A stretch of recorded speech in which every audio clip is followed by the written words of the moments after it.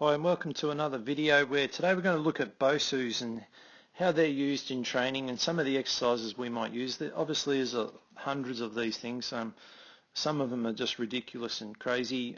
Some of them have a good purpose. So I'm going to look at a couple of variations of this and give you my thoughts on how we might use it and who they're used for. So firstly, this one here I put at the start, a push-up using the BOSU.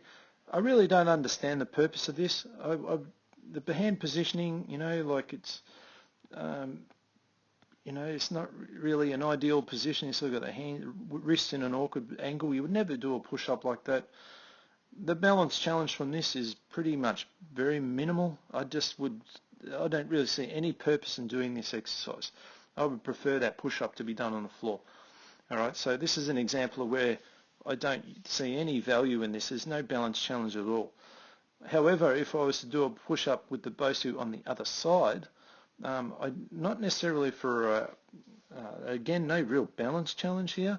This is one of those push-ups where it used to be done using a step. Sometimes it's used using a medicine ball. I just find the soft shell of the BOSU is a great way to actually bring in this exercise. When this one's actually used a lot for increasing serratus anterior on the arm that's left on the ball on the BOSU here. On the one that's left on the floor. The one left on the BOSU here gets good range, but as he pushes up out of it, and Andy's doing the fast version, by the way, this right arm here is getting a huge protraction, and the protraction is what generates that serratus anterior, which is a really great a very important muscle for shoulder function. All right, so that's an example of one that I might use and one that I might not use with the BOSU. With a lunge, this is quite challenging for a lot of people. It's sort of quite a simple exercise, but a person doesn't have good ankle control or just maybe good hip and lunge positioning in general might really struggle with this exercise.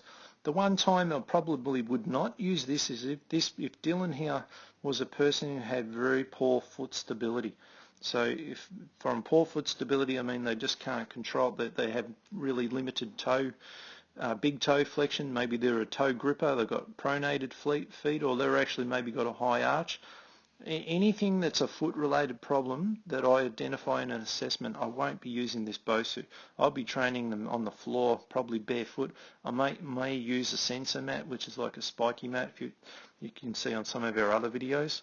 However, if someone doesn't have any of those things and their lunge form is good on the floor, this may be something I might use, especially if there's someone who plays sports. There's a lot of carryover to someone who struggles, a lot of sprained ankles, basketball, things like that. If I just go back to that movement, that's very much like a position of coming up for a layup in basketball, football player coming up for a mark, things like that. So, and a lot of it's very common for sprains to happen where they land on people's feet. Nathan here is demonstrating the one that's used a lot, which is the squat. There's a couple of ways of doing the squat on the dome side. On the dome side, there's an ability to cheat a little bit through the feet here, and that's sometimes where people don't use it. So you can see Nathan's feet have tipped forward, so he's sort of rolled forward, and it's allowing him to actually squat in quite a good depth. So that's a bit like using plates under his feet there to give him better ankle dorsiflexion. I sort of don't mind it if the purpose of this is to enhance proprioception. This is quite a simple exercise. Anyone should really be able to do this. The one thing I do like to add to this one is eyes shut, and the eyes shut just gives a great feeling to that person of like where they need to be in space. So the proprioception is really elevated, but it's a very safe exercise to do it with. On the flat side of the BOSU, I think Nathan, so on the flat side, this actually when someone first attempts it, usually you see violent shaking. It's sort of quite funny in a way, but and again that's just where their system is not familiar with this movement. So Nathan's not going to be able to demonstrate because he's done it many times, but this is and this actually brings out what we saw with the feet last time. This doesn't happen. So this is very much closely related to the floor. Again, with the lunge one, I wouldn't use this if a person has any foot-related problems, all right? So, or if their squat form on the floor is terrible, there's no point doing this on here because it's only going to get worse. And it's just like I wouldn't put a barbell on someone's back if their form on the floor was terrible as well. All right, but if their form is reasonably good, and I see that there's a need for improving their balance, I may use this, and it may have a great effect on how they train and their ability to squat better and keeping their arms still and not swinging it around. That's usually the thing you see, people like trying to find something to grab. These exercises are great in teaching you not to do that. Now this next one, a horse stance, this is a good remedial exercise for back pain, core stability, even shoulder pain. This is an excellent exercise. This one here is a great way to bring in that reflex stability. Andy making this look really easy, but don't be fooled. This is actually quite hard. There's a lot of sideways movement on this. Anyone who's got problems around the hip and they're sort of falling out to the side, they're going to struggle. If they don't have good protraction on the shoulder, they're going to really struggle.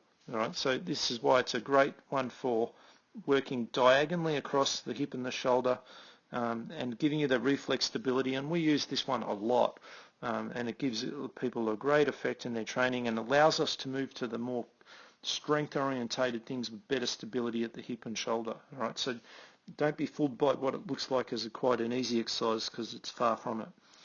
All right, now Dylan's going to show us a couple of more advanced things we might use the BOSU. These are very much more sport orientated, so I wouldn't really need to do this with a general average Joe who just wants to lose a bit of weight, get a bit stronger. But as someone who wants to play sports and needs to learn how to break and land, I may use this one quite a lot.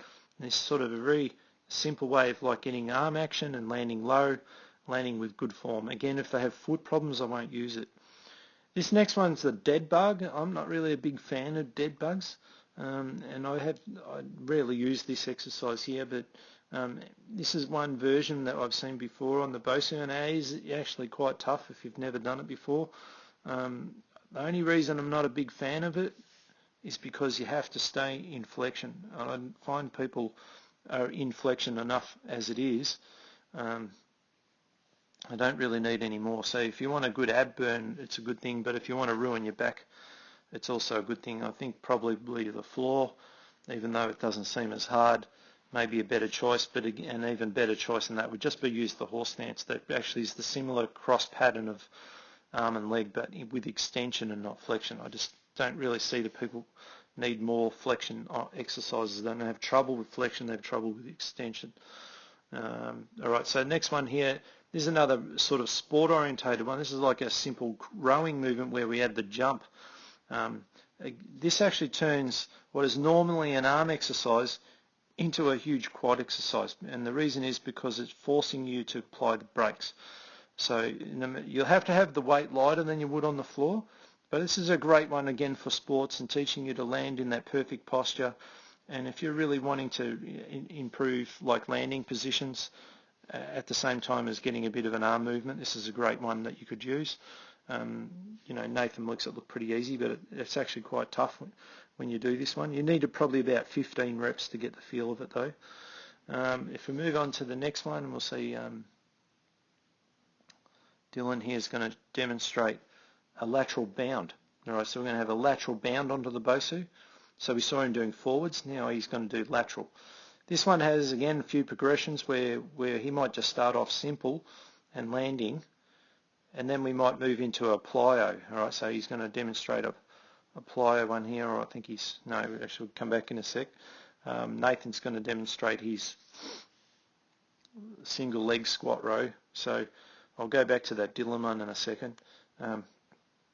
All right, so this one here is where we might use, I never use this exercise with the dome side. It's too difficult, just too many mistakes. On the flat side here, this is a great one. This one is an exercise for developing the glutes in the posterior chain with the lats on the other side. So this is the posterior sling. This is one of the best exercises to activate your posterior sling. A great exercise. A lot of people really struggle if they don't have good leg strength or good position with deadlifting and so forth. But you know, spend a bit of time, you can get really good at this one. If I just go back to that one with Dylan. So on this one, if we he starts out slow, right? And he's just getting his landing and then he walks off. after he's done a few of them and let's say he's got it right, now he's going to, it doesn't do just because I've got it in slow-mo, but out here, this is the cutting angles that we'd see for change of direction speed, and it is very important for ACL training. So the hard part here is not the BOSU, it's actually the landing here. So at first it's like landing on there, just trying to get his good foot placement and positioning, but now it's actually using this as a platform to jump off. So previously might have used a step. The BOSU is just handy for us to actually accelerate from, and he's got to have good positioning on that. So this is where we would ask him to start here and have a bang jump back. So he's sort of like having to accelerate from here, and that's why it's a really good plyo drill. Sometimes you might even add that dumbbell to one of the hands to throw in the mix, but that's another version that we might use with BOSU. All right, so there's some of the simple exercises and some of the more advanced ones we might use.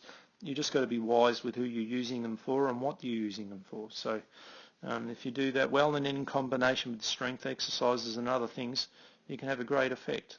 All right, so I hope you've enjoyed that. We'll see you on our next one.